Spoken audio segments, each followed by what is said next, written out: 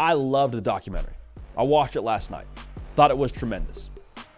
So that's one part of this. It's a college football story. I think it's relevant to where we are as the college football public and college football sickos. That's one part of this. The other part of this is I'm like, man, there's college football to actually be talked about. Do we really want to beat this dead horse again when it comes to the Connor Stalions situation? Like, I think even Connor Stalions at this point is like, I'd rather we just move on. The guy's trying to coach high school football as a DC, so more power to him. And I mean, I'm not saying that facetiously. Like, he wants to get on with his life too. Michigan fans, I'm assuming it's most of y'all watching this video. Make sure you're subscribed right here to the On3 YouTube channel, talking college football, talking your Wolverines, talking everything that has to do with the greatest sport on the face of planet Earth right here. We appreciate y'all in advance for being subscribed. I thought it was awesome. I thought it was well done. I appreciated the storytelling behind it. And I'll say this too. Whatever your opinion was going into this documentary of Connor Stalions, of the Michigan situation, it probably didn't change. Like, if you're an Ohio State fan and you're like, they cheated, this was invalid, they, cheated their way to beating us and they can't beat us straight up, this doc didn't change your opinion. If you're a Michigan fan and you're like, nope, everything we did was above board, you can't touch us, your evidence so-called is like not actually that legitimate, this doesn't change your opinion either. So I don't think information-wise, this like broke any cases wide open. If anything, it just turned the volume up on both sides and their own opinions. However, this to me illuminated that Connor Stalions, I believe, genuinely thinks he did nothing wrong. And the reason why I feel that way is if you think you did something wrong, you don't sit for an hour and a half documentary. And he sat for a lot longer than that, I have to imagine, for all the dialogue he provided for this documentary. Like, if you think that you're guilty, you don't put yourself in the public eye on a Netflix doc to allow the entire world to pick your story apart. So that's the other part of this. I would also say, my own opinion, as you all have heard me say many a time, didn't change. As we mentioned at the top of this segment, like, your opinion doesn't change based on this documentary. My opinion is, for those of y'all that are just now joining us, I know a lot of y'all are finding the show for college football season. Here's my opinion. As someone who's not an Ohio State fan, not a Michigan fan, I had no dog in the fight, man. I love college football with every fiber of my being. Here's my opinion. Michigan probably cheated. Michigan probably cheated.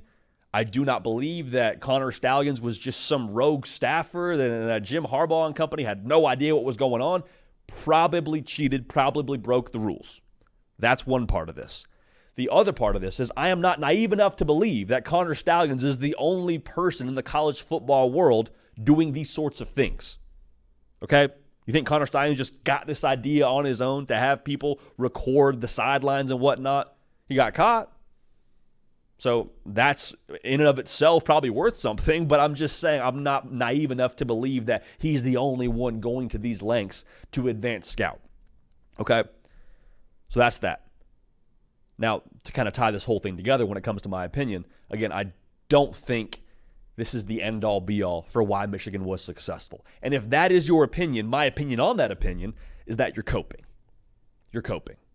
And you do what you want to do. Again, you're entitled to whatever you want to believe about this situation. If that is what helps you sleep at night, thinking that Connor Stalions was the guy who took down Ohio State 3 times in a row and allowed Michigan to win a national championship, more power to you. I happen to believe it was probably the double-digit NFL draft picks, but that's just me. Now, I want us to take our fanhood glasses off for a second if we can. And it's a big ask, but if we can do that, I'd love for us to just have this discussion right now. Because watching this documentary, I wasn't sure what to expect of a Connor Stalions. Like, all I had seen on social media was him on the sideline wearing the glasses and looking like he was at Central Michigan, which, let's be real, he probably, if not more than probably, was at Central Michigan for that game. Pretty crazy. It is what it is. The other thing I saw was his reaction to watching Michigan football on the TV, and dude is fired up.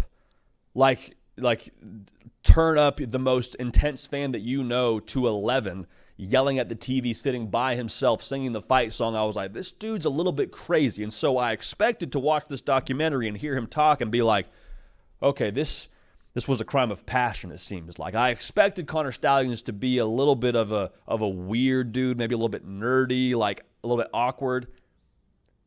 I didn't get that vibe, to be honest. Like, to be honest, the vibe I got was Connor Stalions just an obsessed dude. And again, we're taking the fanhood glasses off for a second. So if you're an Ohio State fan, you've probably not, even if you watched this video, you probably turned it off. If you're a Michigan fan, you're like, yeah, let's go. Again, let's just put all the fanhood stuff to a side for a second. I admire people who are obsessed with their craft, okay? I'm just going to say that. I admire people who are 110% in. I'm not promoting cheating. I'm not promoting breaking the rules. All of that is wrong. Again, I think Michigan probably broke the rules. I think Connor Stalions broke the rules. I'm not for that.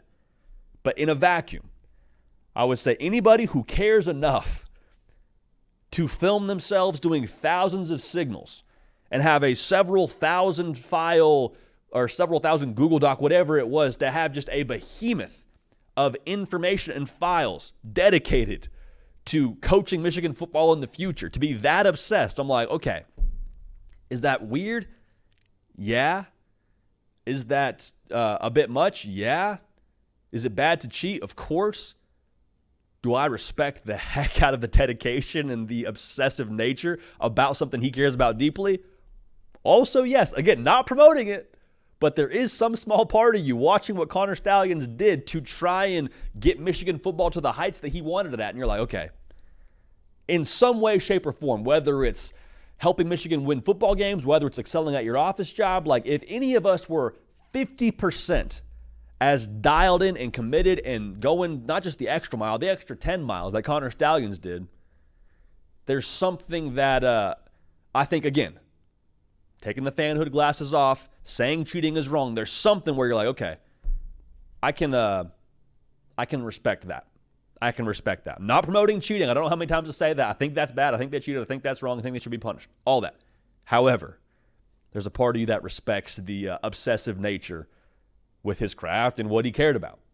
Guy found a way to be involved in Michigan football, went all the way in. A guy found a way to be involved in Navy football, went all the way in. Also, backtrack a little bit. Dude wants to be a football coach, so he says, okay, I'm going to go to the military. And we kind of glossed over that part of the documentary. Y'all know how hard it is to get into the Naval Academy? Like that's like single-digit % acceptance rate. I mean, that is ridiculous. And he goes there to the creme de la creme of military preparation, knowing he's going to have to serve after, to be a football coach. I'm just saying, the more that you unpack the entirety of his story, the more you're like, okay, at the very least, you can respect the commitment to the craft and the obsessive nature about it. So again, if you think this was the difference for Michigan, this wasn't changing your mind. If you think that Michigan didn't cheat, it's not changing your mind. But I left just appreciative of the story. And again, the fact that he decided to sit for this documentary, again, screams that he does not believe he did anything wrong. That's his belief. I don't believe that, but that's his belief.